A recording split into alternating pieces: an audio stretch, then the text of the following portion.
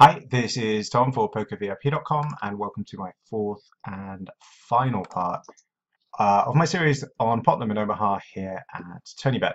So this is a continuation of part three. You're probably going to see a lot of players that you've seen in the previous part. So we've literally taken a 2-minute break and just jumped back into the session. So yeah, we'll see how it goes. We have a read on some of the players. And yeah, hopefully we can potentially run a bit better than we did in the previous part. When it's got check round, I'm actually going to turn my hand into somewhat of a semi-bluff on the right-hand table. And I tried to ISO here against two limpers, but we obviously flop pretty horrendously badly, so just going to be folding the gut shot and backdoor flush draw.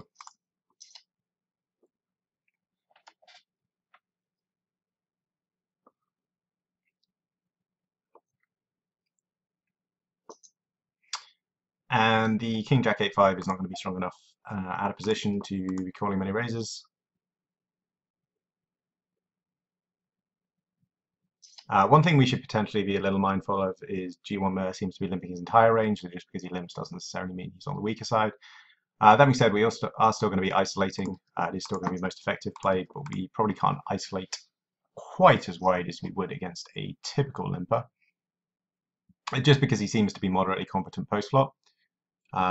Whereas most people that limp pre-flop are generally pretty bad players in all facets of their game, where he seems to have a significantly better post-flop game than he does pre-flop, which is a little unusual, but we're going to encounter different styles of play, on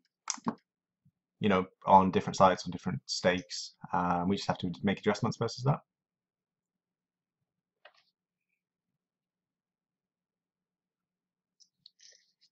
So as before, we're just going to be playing reasonably value heavy style. We're not going to be playing particularly GTO PLO. I don't think we need to do that until we're playing significantly higher PLO 100, PLO 200.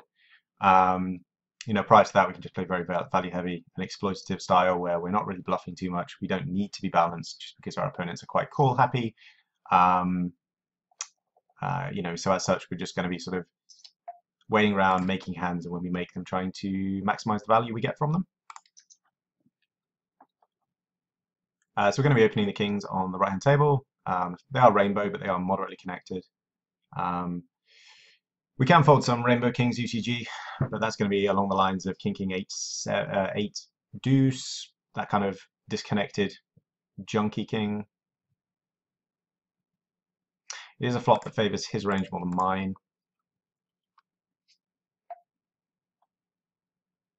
Just going to take this to showdown as best we can. He can potentially have sent some two pairs. I think with the river breakings us two pair, we are blocking some of the combos of queen nine just because most of the queen nines are going to be connected and namely have some kings in, which we have, maybe have some jacks and some eights in, which we have one of each. So while it's possible, we are blocking some of those combos. I could have played the hand as a bluff catch, but I think trying to get paid by hands like 8-6, Jack-6, although that bets turn, maybe 8-5 is reasonable. When we get raised, unfortunately, it just means our opponent's on the nut part of range, which is unfortunate.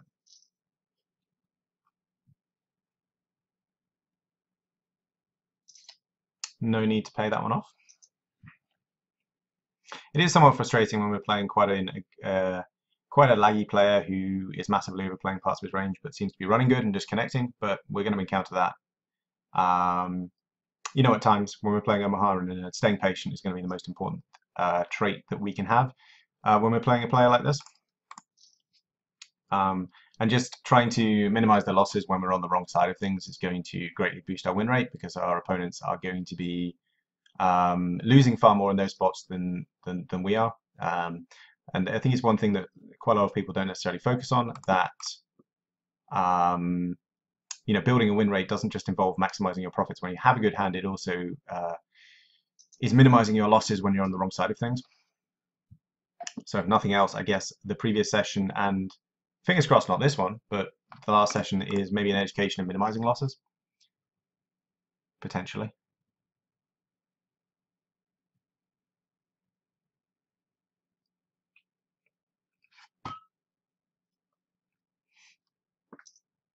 That being said, we did have a very good first session to this series, so I guess it evens out in the long run.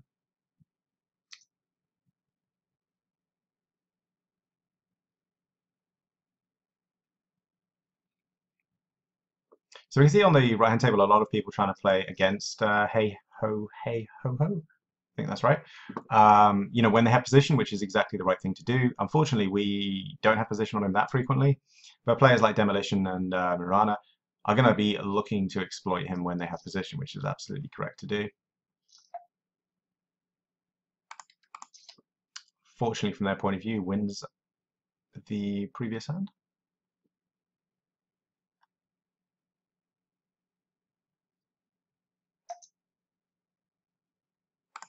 The King 7 is going to be a hand we're going to be opening on the button, but I don't think it plays so well as a call.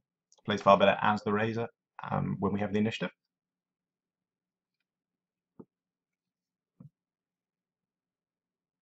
So as frustrating as it might be to basically be folding with a higher frequency than we necessarily want to, it's still going to be the most effective way to play against players such as these.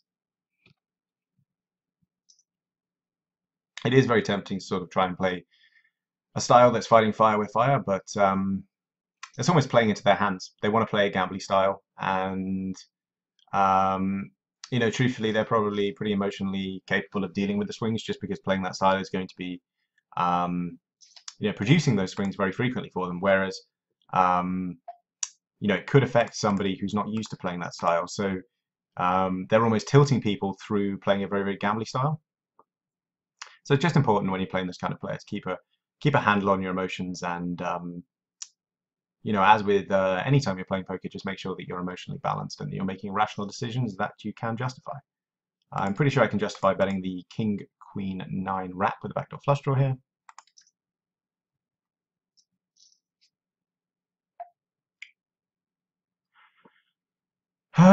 Could play this as a check call, could bet it. I think betting sometimes gets folds, although he's not necessarily been the folding type. It does also build the pot on the occasions I do connect.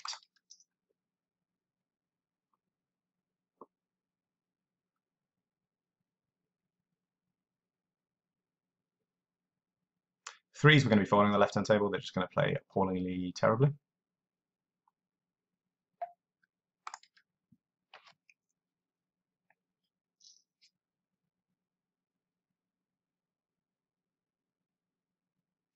And our opponent does fold.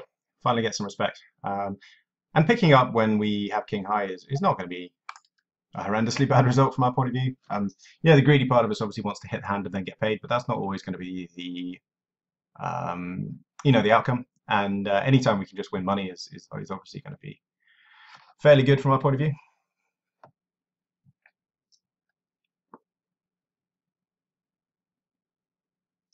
But we are going to be mindful of two-barreling players that are very, very cally, very, very stationy.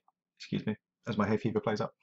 But hands that still have equity and still have ways to make the nuts are going to fall into the category that we can two-barrel. It's not like two-barreling a weak two-pair that can't really continue on certain runouts. So we're far happier turning hands that have nut potential into two barrels, I think.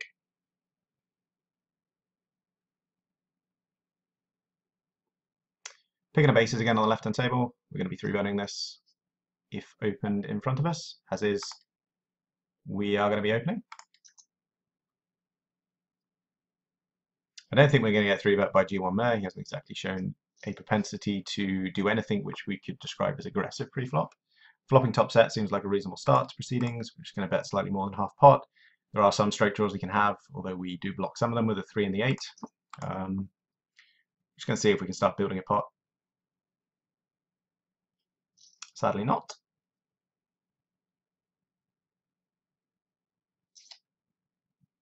But there are going to be a number of 987 wraps. Maybe the 453 for the lower wraps. You can have some two pairs that can continue on that board that do hit his calling range, which is going to be kind of middling cards typically. So betting there is going to be the best way to try and exploit that range to build a pot and potentially even get raised if he happens to have a large enough wrap. or seeks to overplay a weak two-pair combo, or if we happen to have cooled him and set him. Unfortunately, none of those outcomes occurred, but they're certainly very, very plausible, and as such, betting is going to have far more of a profitable return than checking.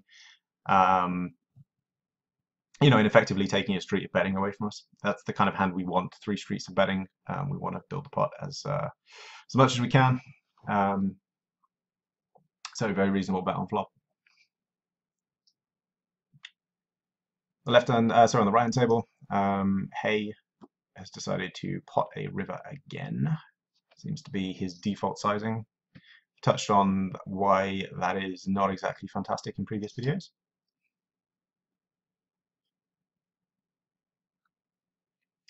But if you haven't seen that before, effectively he's just risking too much the times he bluffs, and he's not getting paid the times that he value bets.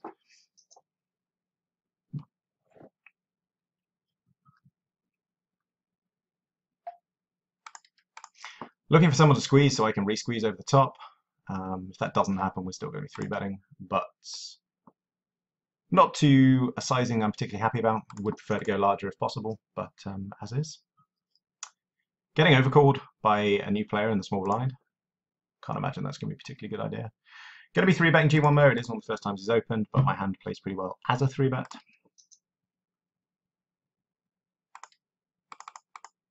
Do have a 5 blocker to the straight here. There are some weird 2 pairs. There are some straight combos, but betting is pretty much the only way I'm going to find out where I am in the hand. We're going to go reasonably small on this flop, which I would do with all my overpairs, and on the occasions I happen to have a 9. Have a backdoor flush draw, have a backdoor straight draw. So we are going to continue. Turn as a club, which is, to put it politely, disappointing. And when my opponent pots, he's just polarized himself to the nuts or air, and I really don't see how he has air here. We're going to bet once more with our ace-high draw. When we turn flush draw, I think if we go small on flop, we're going to have to be prepared to follow through on a decent number of turns, and the times that we improve on equity and turn a flush draw is definitely going to fall into that category. And against an opponent who seems to be playing a very core raising style, namely raising his nut hands, which would be the full houses, which would be the 9s. The times he calls, we can basically assume that he's not on the nut part of range. And with our small sizing, we're not exactly risking a phenomenal amount of money if he happens to have nut part of range. Don't think betting into 2 people with ace high is ever going to show a profit.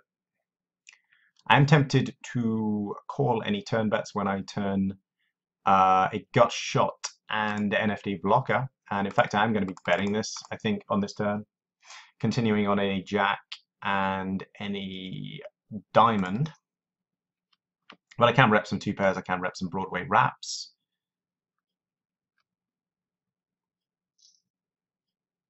And I can just get it through, which is awesome.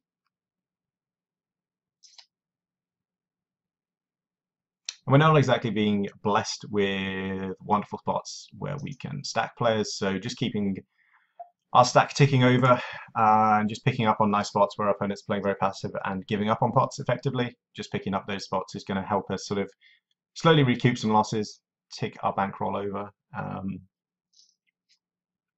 which is fairly crucial long term.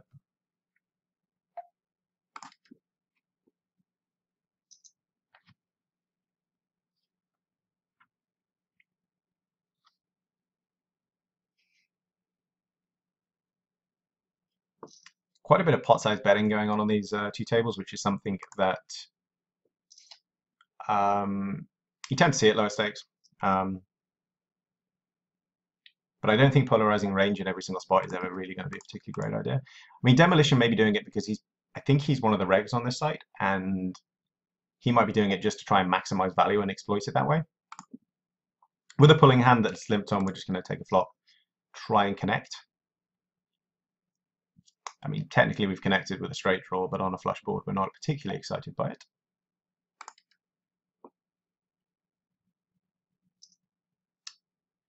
And when we have a drawing hand in a spot that we can very plausibly already be dead, we're just going to be folding.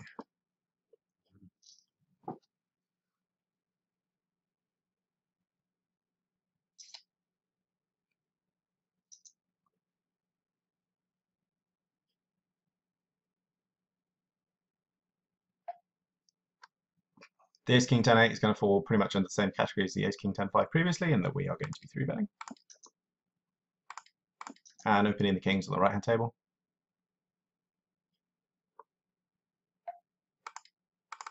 Blocking boats here. Opponent can theoretically have a 5 on occasions.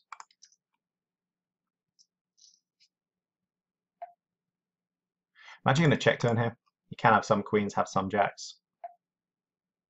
Can theoretically, I guess, have jack 10 as well. Can have queens. Yeah, I mean, that's reasonable. So just betting once and shutting down, trying to realize equity in the form of showdown and try and turn the ace and king seems absolutely fine. He doesn't seem like the kind of player that's ever going to be folding queens, so I'm not exactly incentivized to try to bluff him off a hand, given that he is quite the fan of calling down. So I think the one and done line in there is absolutely reasonable when we don't turn additional equity. And if I'm going to two-barrel absolutely every single paired spot, he is eventually going to get suspicious.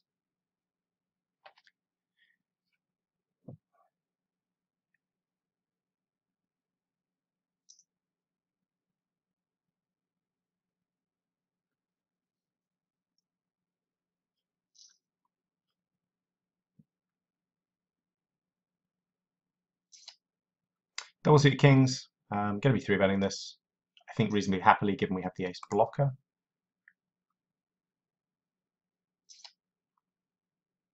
Maybe not so happily when we see a 3-bet from G1 there. Still think I'm probably playing this as a 4-bet fold to 5-bet though. Seems fairly reasonable. Going to be calling the double suited 10s. Would prefer the 4s less for dangler. I think if any 5-bet comes in from any player here, they're just going to have aces.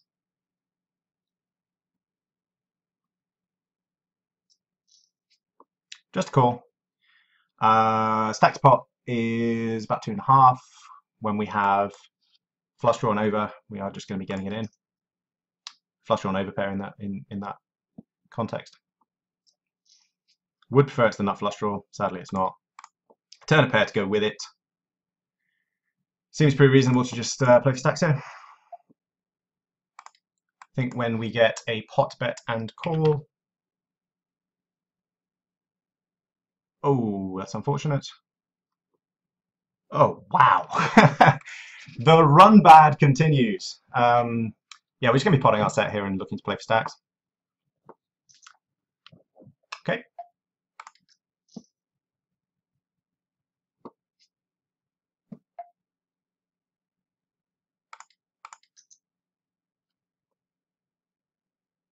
Unfortunately, we chopped that. Somewhat unfortunate. I do think a stack off is somewhat ambitious, but there we are.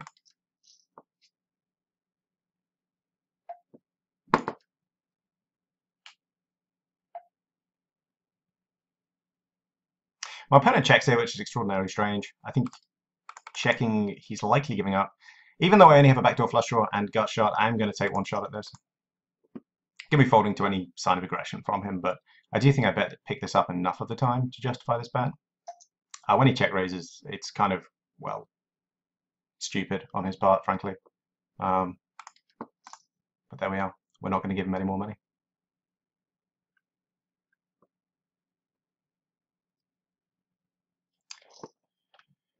So yeah, unfortunate that we lost the spot against G1 Mer. I think his 3-bet call to 4-bet with that kind of hand is pretty awful. It's not going to play well in that range against my 4-bet ranges at all. But yeah, sometimes you run good, I guess.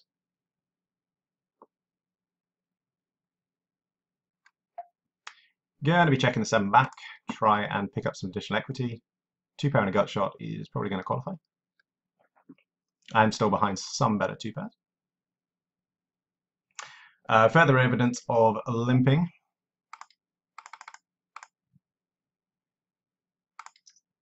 Going to bet my 2-pair here when both players have taken a pretty passive line for 2 streets.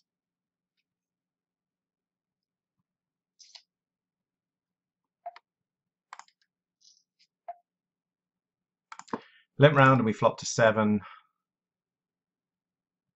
There's occasionally going to be instances where I'm behind, but we are just going to be start betting for value.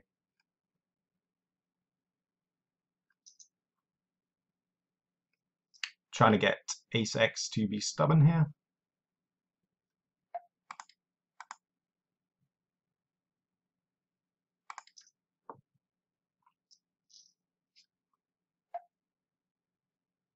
Not the most fantastic run out in the world. I'm actually going to size down here. Almost as a blocker bet. Backdoor diamonds have got there. King Jack got there. Yeah. Why not? Spectacularly good call on flop and turn. I have a sneaking suspicion that I'm probably not going to run fantastic today. I think the previous 50 minutes may have potentially tipped me off to the fact that this may be one of those sessions where we find some very good spots and don't get the results that necessarily we would expect from them long term, but hey, that is the nature of poker. Short-term variance will occur. And as long as we're still making rational decisions and being level-headed, balanced, showing emotional control, then that's absolutely fine. I'm going to check the gut shot on the left-hand table. And I suppose from a very selfish point of view, it's kind of good for me to get the run bat out of the way at stakes that are lower than I play normally. So I guess that is the positive way to look at it. I'm going to check the 10-3 for showdown. It's occasionally good. Don't expect him to ever fold Queen X or better in this instance. Occasionally turns a hand into a bluff, but if he does, he's bluffed me off second pair and I can live with that.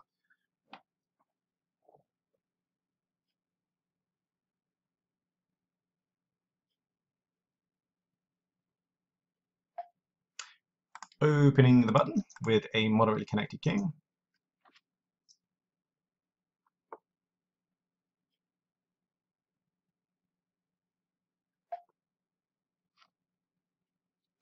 Getting better than 5-1, I am going to defend here. Not stoked to see the hand, but it is just about justifiable. And we're going to bet on the small side. We have zero equity with this hand, really, and we're going to be playing it to pure bluff just on flop to try and get it through. If we happen to get called, we can just shut down, but every time we check, we lose. So we're just going to try and sneak one through there. Occasionally my ace high is good here, but I mean, certainly not good enough for me to start calling down. Again, pot sizing is questionable in that spot.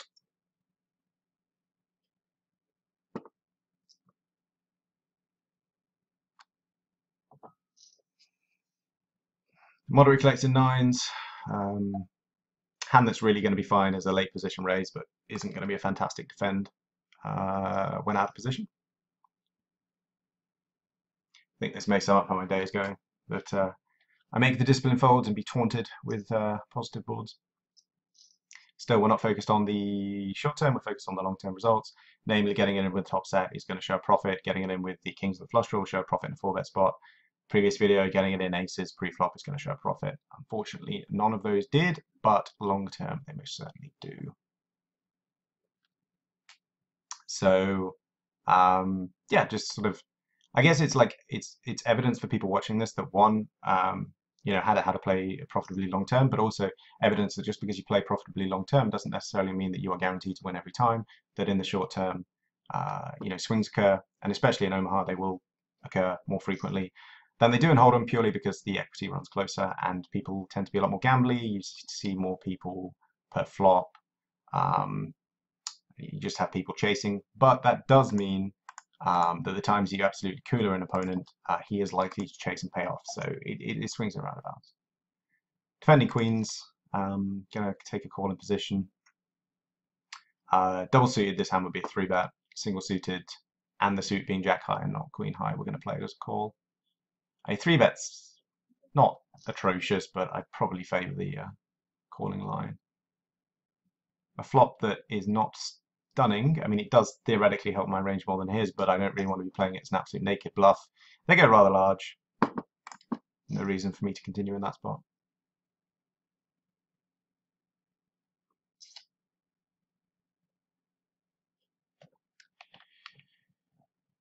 Pretty rubbish jack on the lower stake table.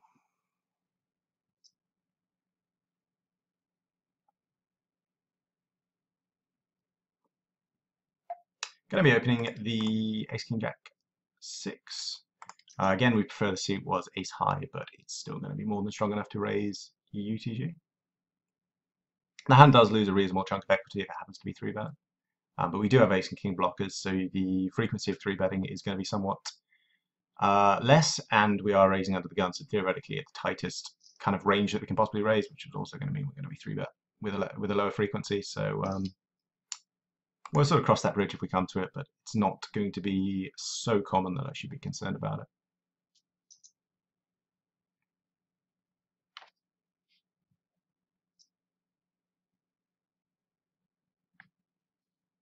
Unfortunately, when we have particularly strong hands like that, we seem to be just raising and taking it, which, I mean, it's a win, but we would prefer to, be playing pots against hands that are going to be sort of lower in the range. Flop a rat straight draw here.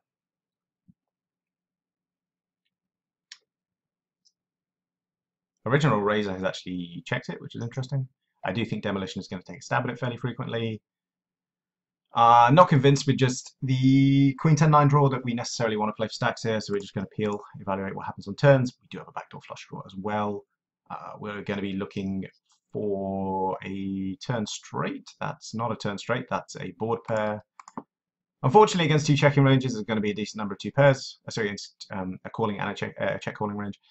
We're going to be in a decent chunk of two pairs, quite a few jack X's. So if we're not dead, we're going to be drawing pretty thin here. It's a really disappointing turn, but one that we can fold fairly easily. Excuse me. And there's no need to chase in a spot where we've no idea if our outs are live. We've no idea if we're even live at this point. And when that raise goes in, we're almost certainly not. And again, it's just one of these trouble spots. It's absolutely fine for us to just fold, find a better spot. And in spite of the evidence presented in the previous two videos, there are better spots, I can promise you that. Self-deprecating humor at its best. But again, it comes back to the point of minimizing our losses to build and bolster our win rate long term.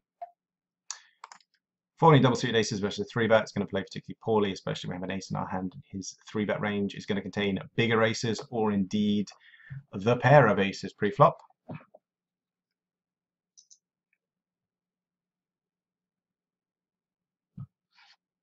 Interesting 4-bet purely because we have one of the aces, neither of them, it's impossible for both of them to have aces. Fairly dynamic board, SPR is less than 1, so the fact that Mirana hasn't decided to just jam is interesting. It is a board that should hit Johnny's range with a reasonable frequency. That's a very aggressive 3-bet. Very, very aggressive 3-bet. 4-bet, sorry, 4-bet. But the 3-bet's entirely reasonable with the double suited kings. The 4-bet's very, very aggressive. I mean, playing on a site that I don't normally play on, I don't know if there's history that's maybe influenced that decision, but in a vacuum, that's a very aggressive 4-bet.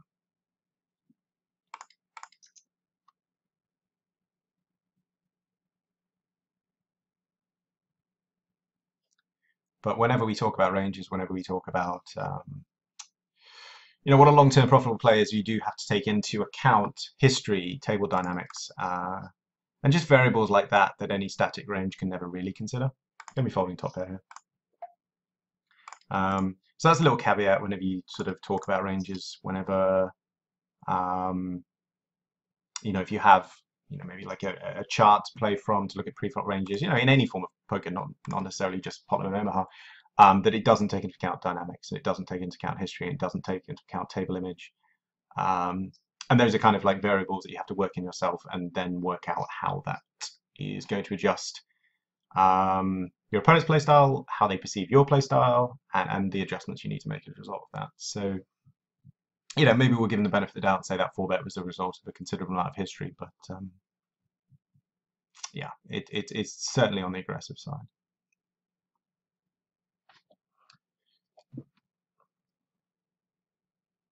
So we're going to click sit out next hand as we come up to the half hour.